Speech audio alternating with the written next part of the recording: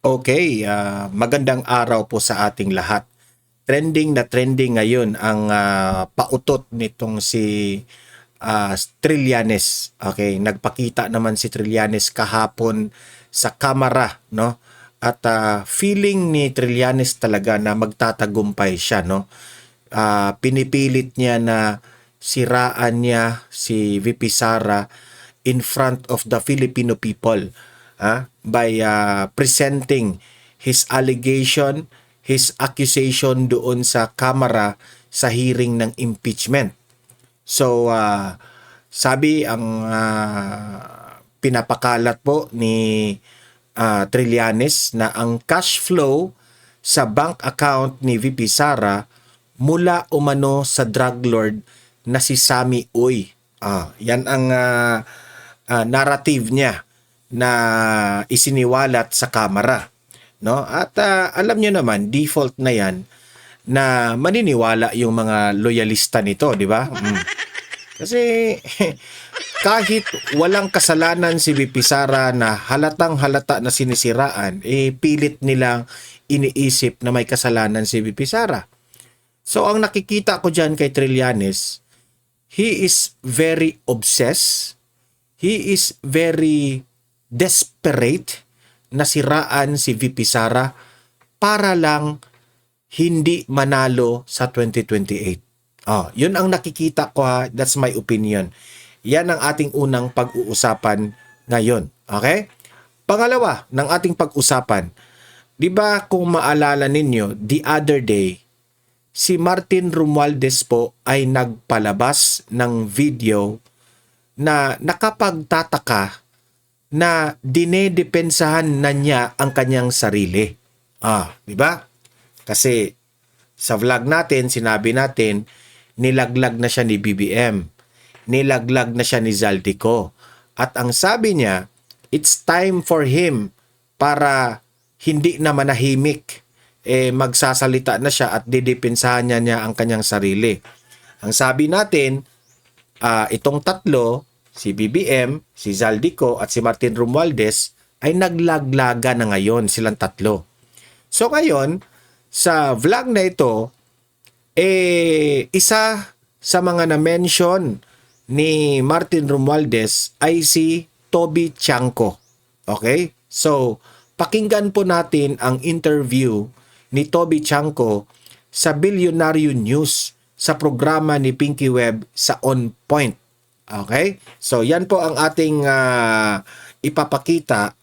Bigyan natin ng chance si Toby Chanco na marinig naman ang kanyang side kasi nabanggit po ang pangalan niya sa statement ni Martin Romualdez. Okay? So, yun po ang pag-uusapan natin patungkol po ito sa flood control anomaly corruption. Okay? So, like and share muna dito at subscribe sa Don Mar TV. Okay? Eto, panoorin natin itong pautot ni Trillanes. Pakinggan natin. Ivan, ano ba ang bagong ebidensya ng nilatag kanina sa House Justice Panel na mag-uugnay ng istorya patungkol sa umunoy ill-gotten wealth ni Vice President Sara Duterte? June sumalang bilang ikatlong resource person ng House Justice Committee dito sa impeachment proceedings laban kay Vice President Sara Duterte. Si dating Senador Antonio Trillanes IV, dito binasa niya ang kanyang sinumpaang salaysay. Laman nun ang mga aligasyon na... Marami ang nagtatanong, Don Mar, bakit nakarating si Trillanes dyan sa kamera? Bakit ini-entertain itong si Trillanes sa kamera? Ito yung analysis ko Ito, si Trillanes, dati na itong may galit sa mga Duterte. Dati na itong may akusasyon sa mga Duterte na ang yaman raw ng mga Duterte ay galing sa mga drug lord. Dati na yan, narrative na niyan yan. Wala namang taong bayang naniniwala sa kanya. Ngayon, sino ang nag-invite sa kanya? Ako sa tingin ko, si pinopropose siguro ng mga dilawan na mga kongresista. Sino ito mga dilawan na kongresista? Sina Chel Jokno, sina Laila de Lima.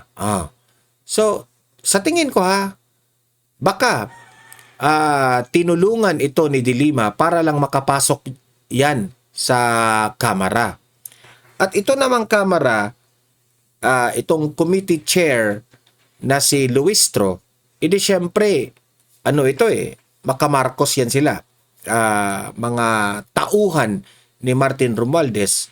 Edi syempre, parang sinabi rin nila na, okay, i-entertain natin itong si Trillanes. Kahit magsisinungaling si Trillanes dyan, i-entertain natin yan kasi wala namang mawawala sa atin, di ba? Allegation, yan, akusasyon yan ni Trillanes. I-entertain natin at pagmumukhain nating totoo ito. Tutulungan pa nila si Trillanes. Nakita naman natin, di ba? Saksi naman tayong lahat. Parang tinutulungan pa si Trillanes na Madriaga, Trillanes, ganun, di ba? Kitang-kita na yung pattern nila. Okay? Tapos yung ngiwi, ganun, tumutulong pa na siya raw ay nag-deposit sa account ni BP Sara. Ang dami nilang kadramahan. Tapos, kinuha ni Trillanes, ito nga, oo nga, ito nga. Yan nga.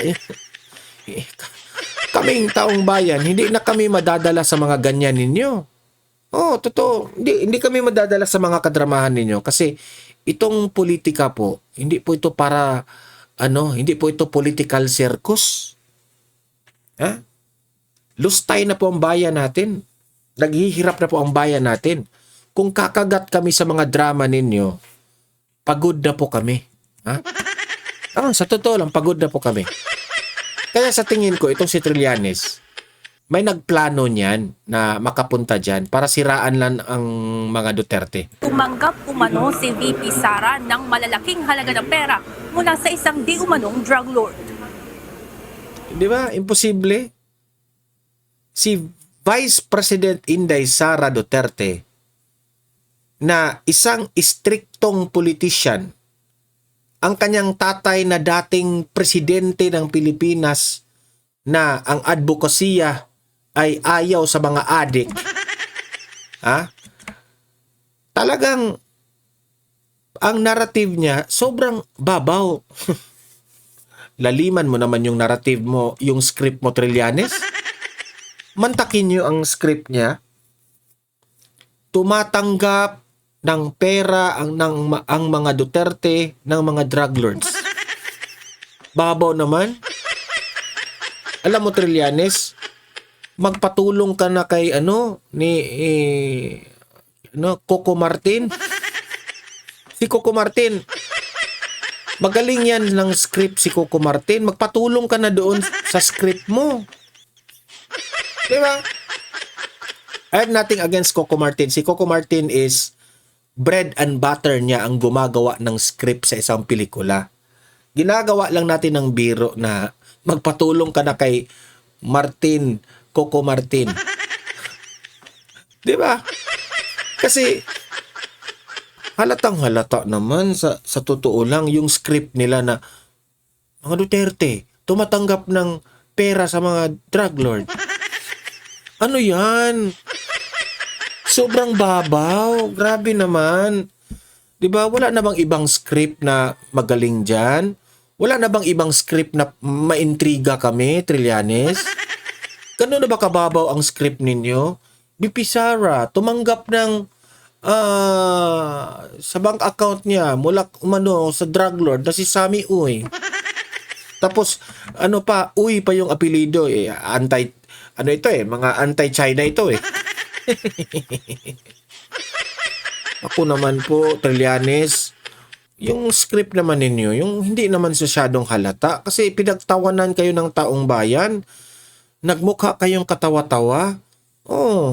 Yung mukha mo, Trillanes, kulang na lang yung circle ng pula dito tapos makulot na colored yung buhok, nagmukha ka ng clown.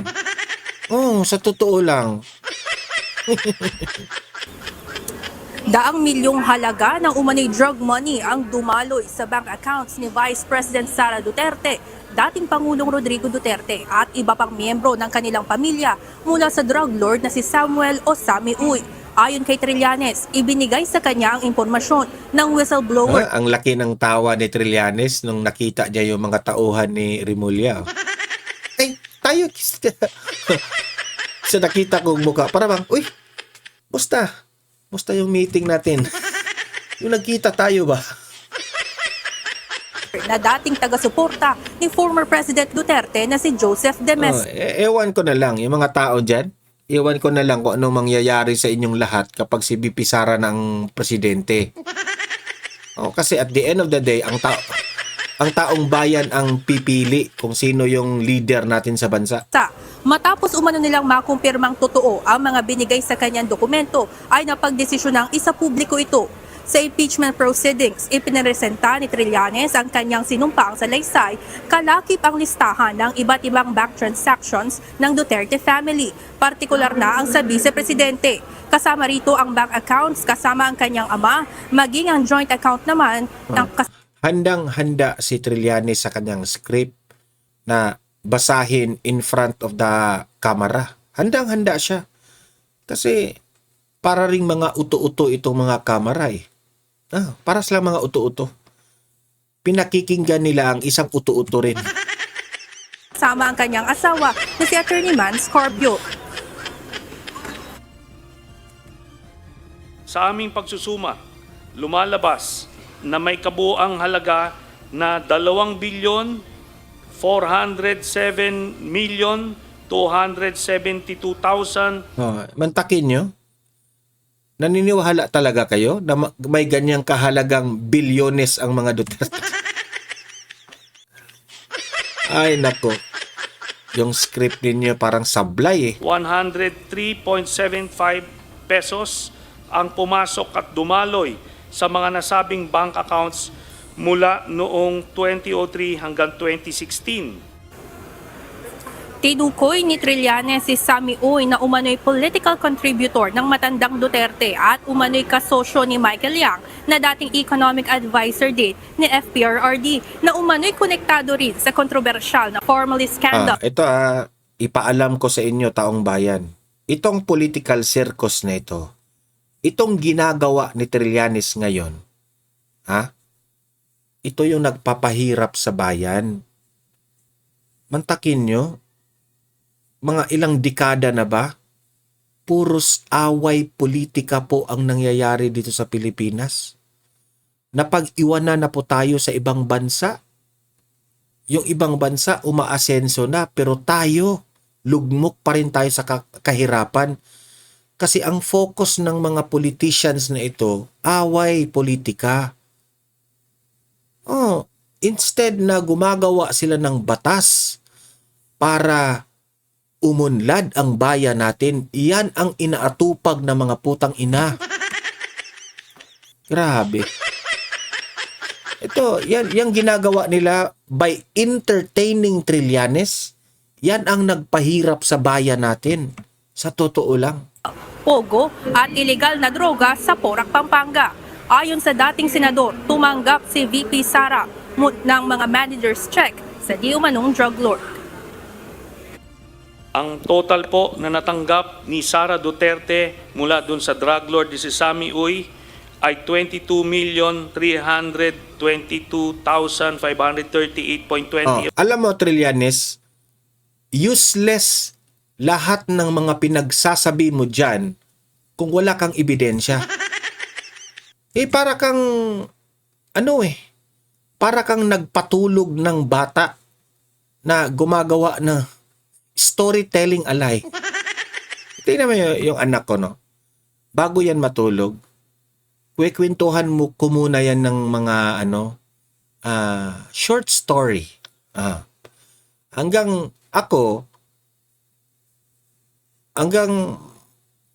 makatulog siya. Saka ko tatapusin ng story rin. Ganyan na nangyari sa kanya. Tingnan nyo yun, si Janice Digamo, si Janice, na inaantok na. Habang mayor siya ng Davao City. Dahil sa bigat ng mga aligasyon na may kaugnayan sa malalaking halaga ng pera na umano'y dumaloy sa bank accounts ng bise. Pinakumpirma ni House Deputy Minority Leader at mamamayang Liberal Party List Representative Leila de Lima sa Anti-Money Laundering Council o AMLAC. Last month, sino yung binalita na nag-meeting? Sina Trillanes, sina de Lima. Tapos ngayon, katabi na ni de Lima si Trillanes. Diba? What's the narrative? Dito ko talaga masasabi na, yun pala yung meeting na yun. May ganitong transaksyon na nadetect ang ahensya. Random na pumili si de Lima ng 18 bank transaction sa listahan ni Trillanes. Binigyan ng AMLAC ng ilang minuto para i-check ito at sa ginawang validation, tumutugma ang mga petsa at halaga sa mga bank transactions na isinumite ni Trillanes sa Kamara. Do you confirm that? Total of 18 transactions? We informed earlier that there are 18 transactions mentioned that No, akala siguro nila malilin lang ang taong bayan sa mga transaksyon. Hindi ibig sabihin na maraming transaksyon, corruption na yan. O may anomalya na yan. Okay. that one we mentioned are existing in our report. So Based for on the our report. record, Yung bangko ko nga, sobra pa nga sa 18 transaction yun sa akin. Anong ibig sabihin? Corrupt rin ako. 18 out of 18 transactions randomly selected from the annexes of Sinumpang Salaysay of Honorable Trillanes were confirmed by the AMLC at least to the extent that similar transactions appear in their report. Ayon kay Trillanes, malinaw ang mga ebidensyang kanyang ibinigay sa Justice Panel. Sangkot sa korupsyon si VP Sara noong unang pasok pa lang niya sa gobyerno. May mga tagong yaman na nakuha niya sa mga iligal na paraan at hindi nagdedeklara ng kanyang tunay na yaman sa kanyang Statement of Assets, Liabilities and Net Worth o SALN. June, para kay Trillanes, ang lahat ng ito ay pasok sa impeachable offenses gaya na lamang ng betrayal of public trust, graft and Ayon yan kay Trillanes. Pero ayon sa taong bayan, si Trillanes ay aso. corruption at iba pang serious criminal offenses na nakasaad sa ating saligang batas. Yan muna ang update mula dito sa House of Representatives. Ay nako, iwan ko na lang, no? Nakakalungkot na ini-entertain pa nila si Trillanes. Para bang sa sarili ko, ganyan na talaga kababaw ang mga taga-kamara? Entertaining these useless people like Trillanes? Grabe. Ito. Isa pang kadramahan ni Martin Romualdez rin. Isa ring sakit sa ulo ng bansa natin. Diba? Nabanggit ni Martin Romualdez itong si Toby Chanco. Ngayon, let's hear from the side of Toby Chanco naman. Ito, panoorin po natin si Toby Chanco. House Speaker Martin Romualdez has broken his silence after being linked to the flood control scandal.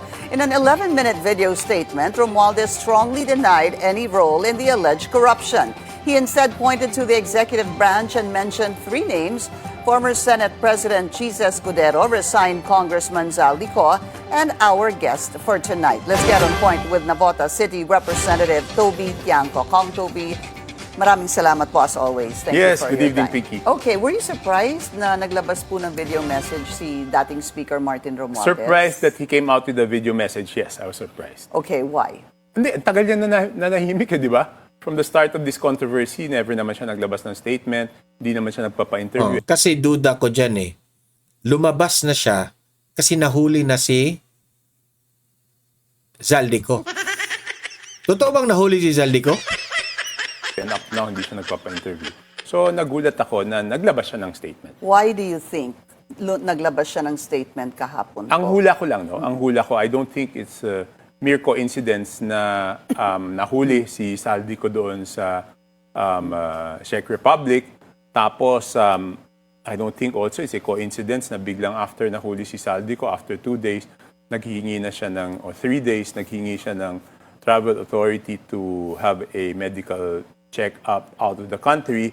At tapos, biglang hindi pinayagan ni Ombudsman Boying Remulla tsaka siya biglang nagsalita. No? Para sa akin, magkakadugtong yung mga bagay. Pag sinabi niyo pong hindi coincidence, ano ho ang ibig niyo sabihin? So because of the series of events, kaya po siya napilitan magsalita? Yeah, because Is that what even you're doon sa saying? speech niya, may sinabi siya doon, di ba? Sabi niya dito, there are emerging indications that certain sectors are attempting to weaponize individuals, including Saldico. Di ba sinabi niya? To construct a narrative that serves their own interests. So when the legal process is being used against me as a political demolition job against him, then I will have no choice but to defend myself. So siya mismo nagsabi na parang gagamitin si Saldico para gumawa ng statement against him. Gagamitin si Zaldico para parang ituro si Yes, Martin yun yung Romualdez. based doon sa kanyang Yun po yung inyong statement, basa. di ba? Hindi, sinabi niya yun doon sa statement niya, di ba? And of course, that's how you're analyzing that. Yes. Okay. Okay. And do you think that Zaldico is really arrested and detained? Because there's still a lot of questions on whether it's true, if it's factual. Nag-announce na yung gobyerno na talagang na-detain siya. I think my understanding is for an immigration offense. No? Okay. So if it's an immigration offense, while we're at it, what could possibly be an immigration offense? Would it be your Schengen visa, maybe not expiring, but siguro when you go to EU country, you only have maybe a number of days, maybe 90 Hindi, days. cancel na yung kanyang visa, kung anumang visa yon, kahit anong visa yon, whether it's Golden Visa or it's a Schengen visa, nakakabit yun dun sa Philippine passport niya, di ba? Yung Philippine passport niya cancel na. So, ibig sabihin, hindi mo na magagamit I see. yung visa mo. Yun yung interpretation ko. Yeah, di ba? because actually I've been wanting to find out about that too, because some were saying may Portuguese I wouldn't think passport so daw because siya. I asked people I know, for example, I know this couple na yung wife has a Portuguese passport na citizen na siya. Yung husband hindi pa Portuguese passport. So tinanong ko, bakit hindi ka pa nagpa-passport? Sabi niya, sobrang hirap daw yung language exam. So dapat pumasa ka dun sa language exam. So wala naman akong alam na nag-aaral si Saldi ng Portuguese. So mukhang sa tingin ko, I've been saying ever since before, sa tingin ko wala pa siyang passport And na how does Portuguese. that Sa tingin work? ko yun, hindi ko sigurado yun. Ha? How does that work? Let's say you have a Portuguese passport. No, I don't think he has. No. How does that work in general? Let's say an individual. Pagka meron ka bang Portuguese passport, you keep your Philippine passport. How The does dual that? citizen, but it's an Dual. issue for Filipinos who are not elected officials. It's not an issue.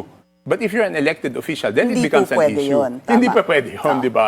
Hindi pa pwedeng dual citizenship ka kung elected official. Pero dahil resigned na po siya, resigned congressman na po siya, pwede na Yeah, po as siya. a Filipino citizen. That's di ba? right. I mean, it's not a violation doon sa ibang bansa. Violation doon sa batas natin na hindi mo po pwedeng tumakbo ka, especially congressman. It's a national position. Hindi mo po pwedeng dalawa citizenship mo. Okay. So, balikan po natin. So, because of the series of events, you feel like, would that be, this pushed the former speaker to speak out?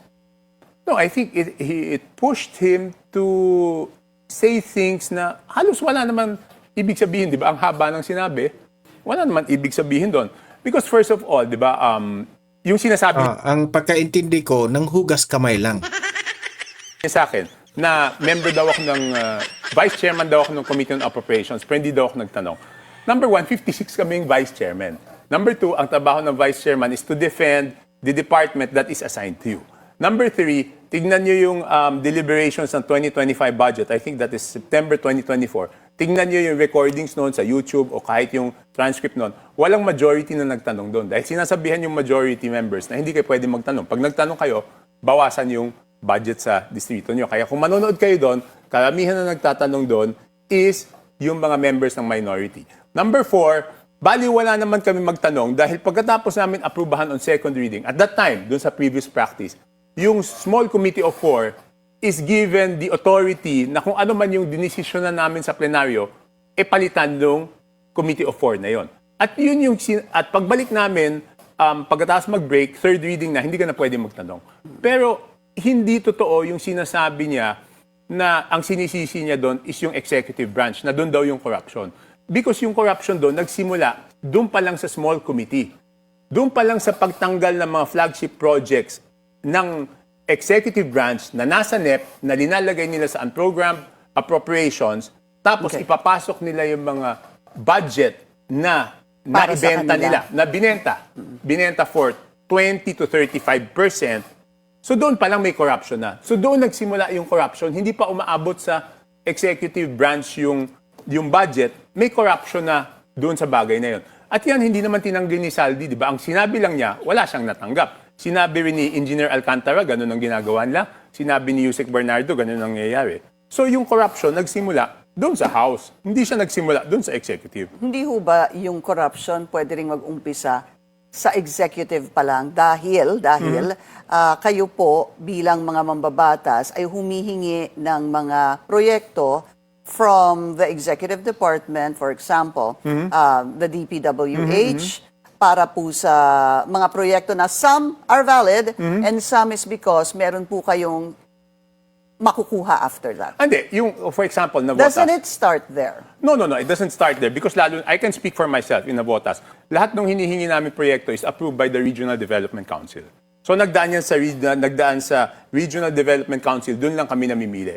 At saka yung mga congressman naman, wala namang masama na manghingi yung congressman ng proyekto. Walang masama na gusto mo mas maraming proyekto para sa iyong lugar. Ang masama is yung binibenta yung proyekto in exchange for 20 to 35%. Ang masama is yung tinatanggal mo yung mga proyekto na nahandun sa National Expenditure Program, nasa Program Appropriations, at linilipat mo sa Program Appropriations para yung binibenta mong project ay maipasok doon sa Program Appropriations. Yun ang masama. But it starts from the executive, as he was saying, as the former speaker was but- saying. No. Yeah. The budget starts Yes. from the executive, yung pong sabi niya, hindi Yes. po ba? And basically, in so many words, sinasabi niya, I'm not just one person in Congress. There's many of us in Congress. And it's not just the House of Representatives, it's also the Senate. Kaya lumabas din po yung parang itinuturo niya executive dahil at the end of the day, ang sinabi din niya, implementation ends up with, I think, ang sinabi Alam mo, Pinky Web, huwag ka nang magbulag-bulagan pa. Siyempre, ituturo niya ang executive, itong si Martin Romualdez, kasi tinuturo na siya ni BBM eh. Napaghalataan na niya. Alam niyo ba kung bakit siya parang may sign na tinuturo na siya ni BBM? Kasi hinaharangan na siya ni Boying Rimulya eh. At sino nag-utos ni Boying Rimulya? Hindi siyempre si BBM. Yan ang analysis ko ha. yung ahensya was DPWH. Yes, okay. Pag pinadala sa amin yung budget, yan yung tinatawag na NEP o President's Budget. Pero after siyang palit-palitan, hindi na yun yung President's Budget eh. Yung flagship projects nga ng Presidente na pupunta sa program, Sa UA. pinapasok nila yung mga binenta nilang project, number one. Number two, Sino sila? Di ba si Saldi? Okay. Sino pa? Ako yung unang-unang nagsabi niyan. So basically, I can only point to Saldi kasi hindi mapapasok yung proyektong yon doon sa budget kung hindi niya aaprubahan. Ngayon, ang tanong, pwede bang ginawa ni Saldi yon nang hindi alam ni former Speaker Martin Romualdez? Si mismong si Saldi nagsabi sa interview niya in one of your programs here, sabi niya na everyday kausap niya si former Speaker Martin Romualdez.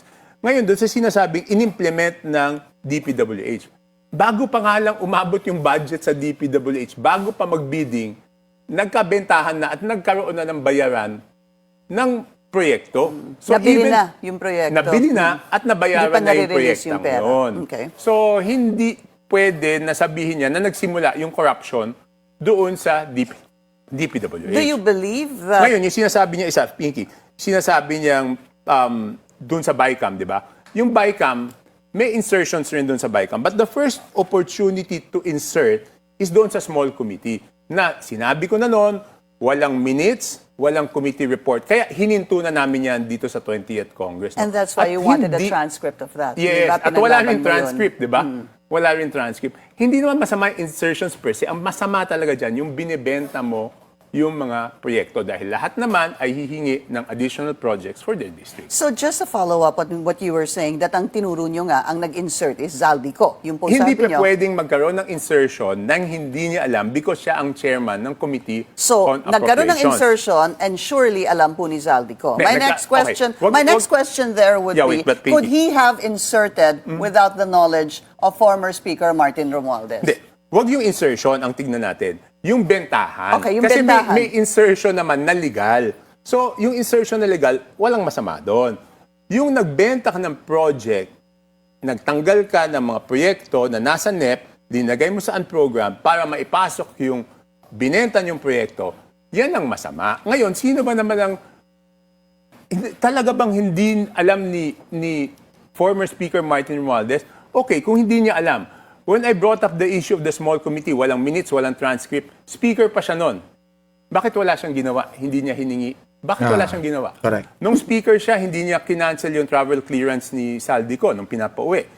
Inintay pa na maging speaker si Speaker Bojidi. Nung speaker siya, wala siyang pronouncement tungkol kay Saldico na dapat Saldi managot ka kahit nasa sentro na ng kontrobersya si Saldi. So tahimik siya about Saldi during that time. So bakit? All right, we need to take a very short break. We'll continue our discussion. Yan, patuloy natin. Forward natin yan. Forward.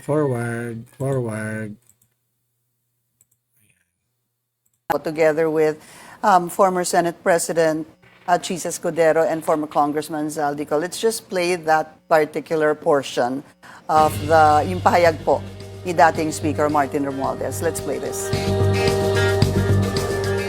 The House deliberates, but the House is not one person, and it is certainly not the Speaker alone.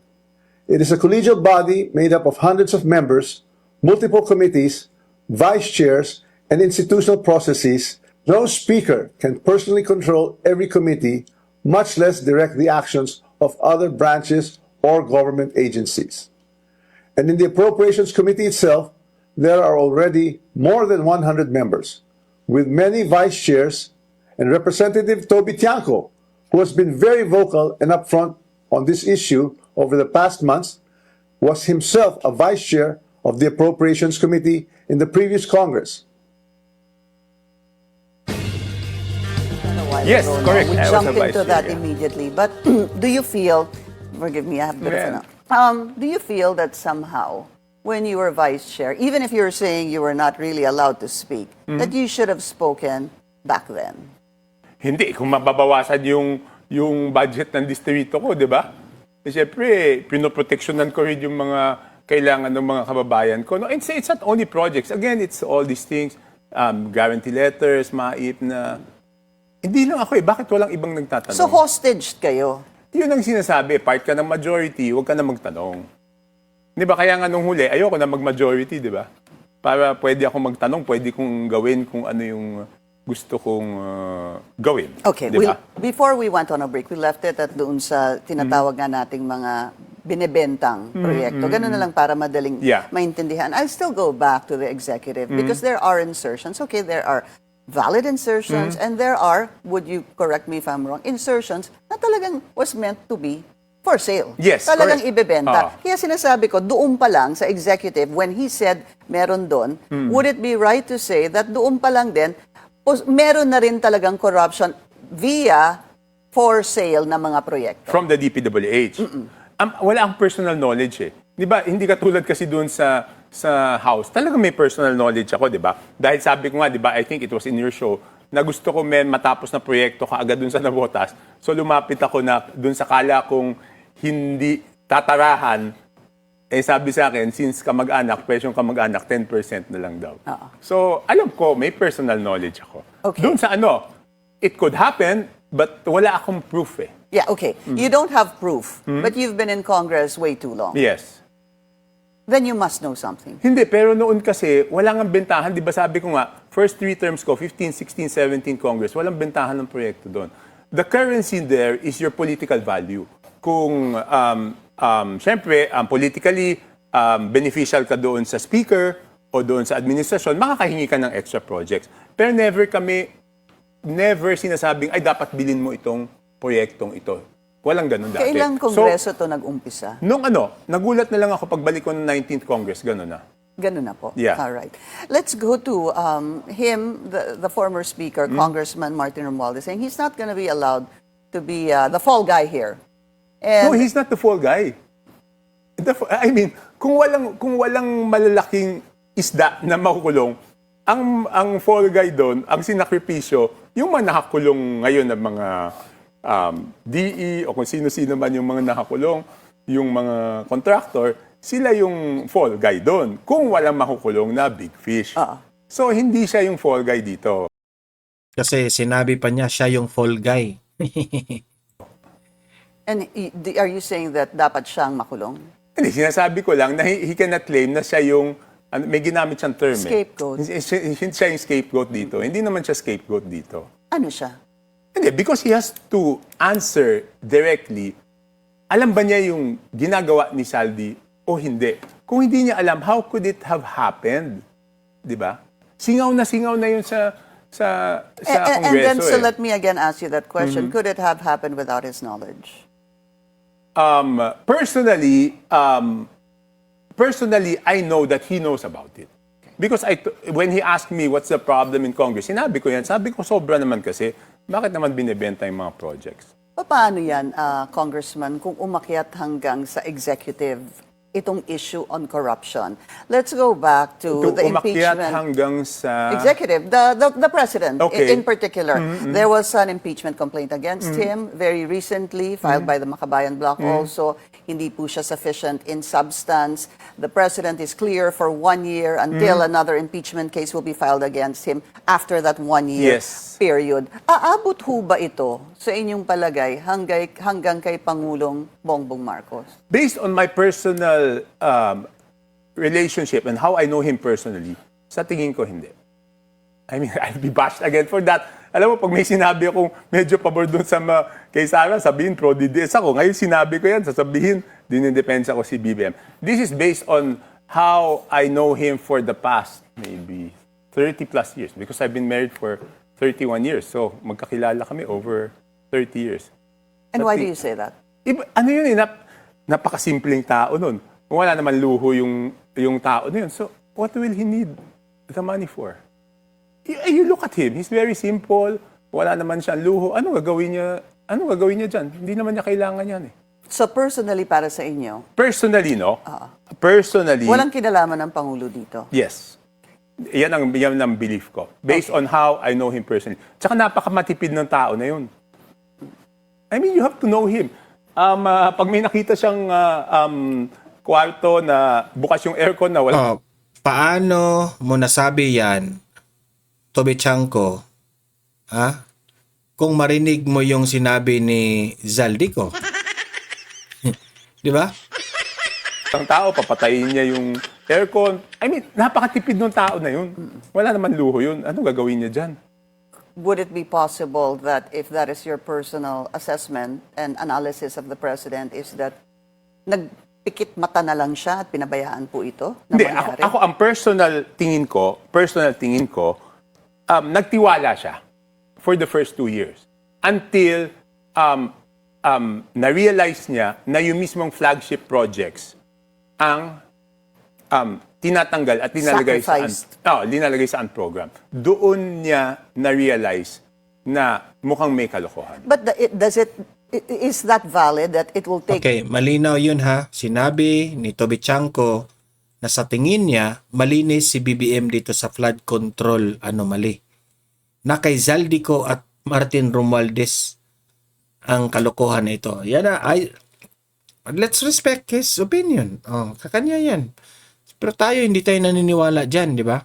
2 years before you realize that, sir? Sobrang tiwala siguro di ba? I mean, I don't know if it was in this program that Tony Lopez says that there's no mean bone in him. Di ba? So, sobrang tiwala. Maybe that's his fault.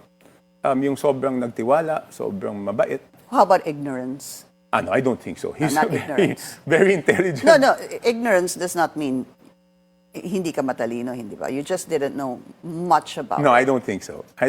Sa tingin ko, yung tiwala, dahil mabait na tao, pinsan ko to, magtitiwala ako dito that he will do the right things for me, hindi naman niya ako papahamak, Sa tingin ko mas ganun eh. And it came to fore when? Yung pong mga kwento ninyo, which everybody already knows, hindi ho ba yung kwento nyo, nagkita-kita kayo? Yeah, but that was triggered by an event where a foreign funder complained. Yun yung reason kung bakit na-realize na yung unprogrammed, ay yung mga foreign assisted, tinatanggalan ng pondo because may foreign funder na nag-complain bakit nawawala yung counterpart nyo dito sa mga proyektong ito. It's a little, maybe sometimes confusing, sir. Kasi balikan ko lang po yung how this all started. The President said, maya naman Yes, kayo. maya naman kayo. Lumabas po ang mga diskaya sa Senado and sa Kongreso. And at some point, named Martin Romualdez because name drop daw siya ng ilang mga congressman. And Okay. thereafter, the Diskaya couple named some congressmen. Yes. Then, you have Yusek Bernardo, Yes. who named senators. Yes. And then you have Orly Gutesa, who we don't know where he is now, naming Ko and Martin Yes, Romualdez. and si Alcantara. And then you have Alcantara, hindi ho ba? Yeah. So, and then now, you have Zaldico in his video message saying, it's Martin Romualdez and Bongbong Marcos.